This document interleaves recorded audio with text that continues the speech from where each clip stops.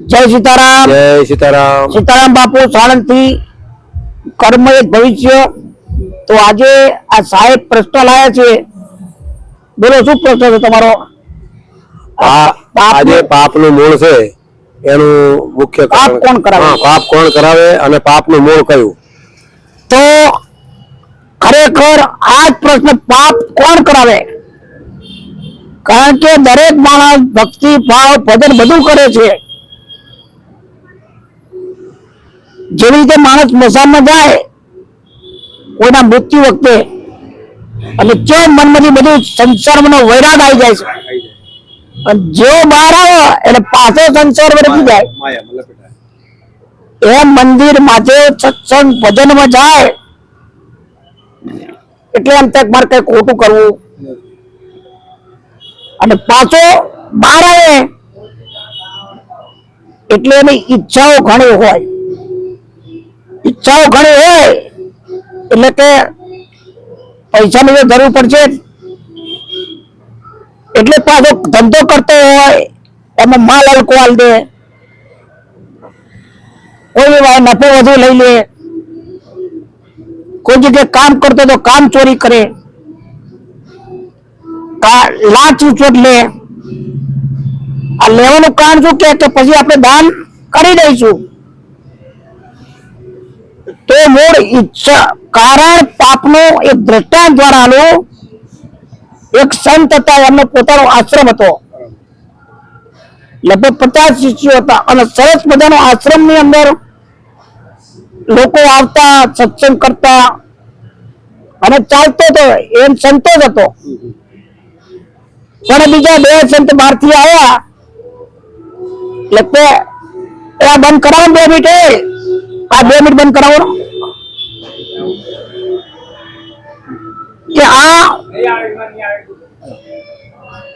તમે કે આટલું બધું શરૂ આમાં થોડો આશ્રમ થોડો મોટો કરો તો વધુ ભક્તો આવો, બરાબર? એટલે મગજમાં ના આવ્યું। પછી 2 દાડા પછી બીજા આયા મહાગુરુદેવ કે આશ્રમ મોટો કરો અને ડેવલપ કરો, વધુ ભક્તો આવશે। એટલે આમના મગજની અંદર ઉતરી ગયું ત્યારે મોટો કરવું તો કે ધનની જરૂર પડશે। પેલા પૈસા નતા, સોનું ચાલતું અને સંત જ્ઞાની હતા, બ્રહ્મચારી હતા કે લાઈટ મને કે એની મેં લગભગ 2 તોલા સોનું જોઈશે લગડ્યો તો એ જતા હતા। એમાં એક વેશ્યાનું ઘર હતું, મોટી જગ્યા હતી। એટલે આ સંતને ભારી એટલે સંતને કે મારા તો તમે નહીં પધારો, ભલે હું ચરિત્રહીન છું પણ તમે તો ચરિત્ર વાળા છો ને। સંત કે કઈ વાંધો નહીં, હું તો પવિત્ર છું, જવા દે, એનું ખાવું નહીં, પાણી પીવું નહીં। સંત એના જ્યાં એક બાજુ બેઠા એટલે સંત કે બોલો કેમ આવ્યા છો? તો કે મારે દાનની જરૂર છે, આ વિકાસ કરવો છે એટલે। તો કે સંત તમે આજ મારા ત્યાં રોકાઓ, આજનો દી હું તમને 1 સોના મોરો આપીશ। સંત કે શું વાંધો, હું તો મને તો કોઈ લેવા દેવા નહીં, હું તો બ્રહ્મચારી છું। એટલે સાંજ પડી એટલે સવારે સંતને કીધું કે સંત તમને 2 તોલા હોણા મોડો આપીશ, તમે આજે તમારા કપડા બધું હું ધોઈ નાખીશ, શું વાંધો તમને?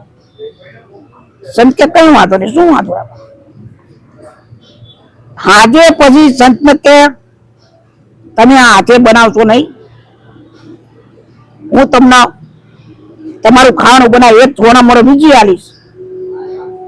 સંત કે આ કઈ વાંધો નહીં, કે ચા કોઈ જોવો શકે। એટલે આજે જમવાનું આલ્યું, પછી રાત પડી એટલે સંતને કે મને તમારા પગ દબાવવા દો, તમારી સેવા કરવા દો, હું તમને 4 ચોના મોરો આલીશ।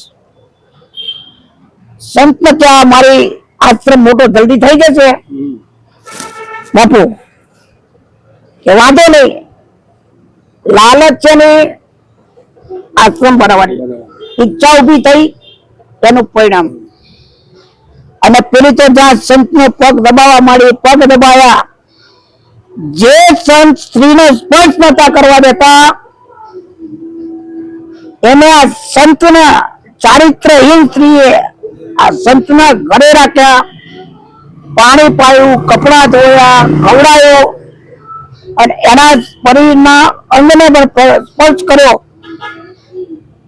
પણ સંતને એકદમ જ્ઞાન થઈ ગયું, જાગી ગયા, અંદર આત્મા જાગી ગયો. આ શું કરી મેં આટલી એને પહોંચી ગયો.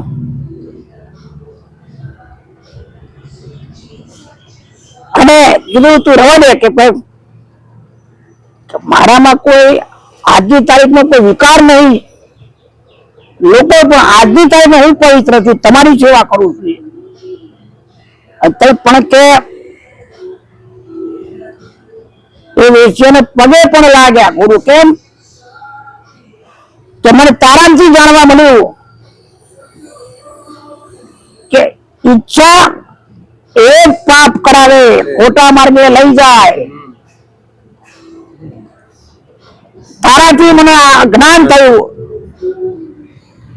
અને એ વેશ્યાએ કહી દીધું કે ભાઈ હવે બાપુ તમારી સેવા જ કરી છે, મારામાં પણ કઈ તમારા સ્પર્શથી મારાની અંદર વિકાર જતો રહ્યો છે, તો મને પણ તમારા ચરણમાં તમારી સેવા કરવા કોઈ ગુરુ મંત્ર આલો તો મારી જિંદગી બદલાય. અને ગુરુ મંત્ર આલ્યો, જ્યાં લોકો સ્ત્રીના બે માટે આવતા હતા એ જ લોકો અહીંયા ભજન સત્સંગ થવા માંડ્યા, જે દ્રષ્ટિ ફેર લોકોની થઈ ગઈ. આમ સંત કૃપા થાય, પણ ઈચ્છા એ ભલા માણસને ખોટા માર્ગે લઈ જાય છે. આપણે યાદ રાખજો, પાંડવો જુગાર રમ્યા, એમની ઈચ્છા હતી કે જયેલું પાછું આવે. એમાં દ્રૌપદીનું વસ્ત્રાહરણ પણ થયું. આ પાપનું મૂળ કારણ ઈચ્છા. ઈચ્છા તમારી મર્યાદિત રાખો અને ભગવાનની કૃપા હશે તો તમારું બધું સારું, કર્મમાં જેટલું લખ્યું એટલું મળશે અને જશે. સમય એ નક્કી કરશે. જય સીતારામ, જય સીતારામ, જય સીતારામ. દબાઈ દો લાલ.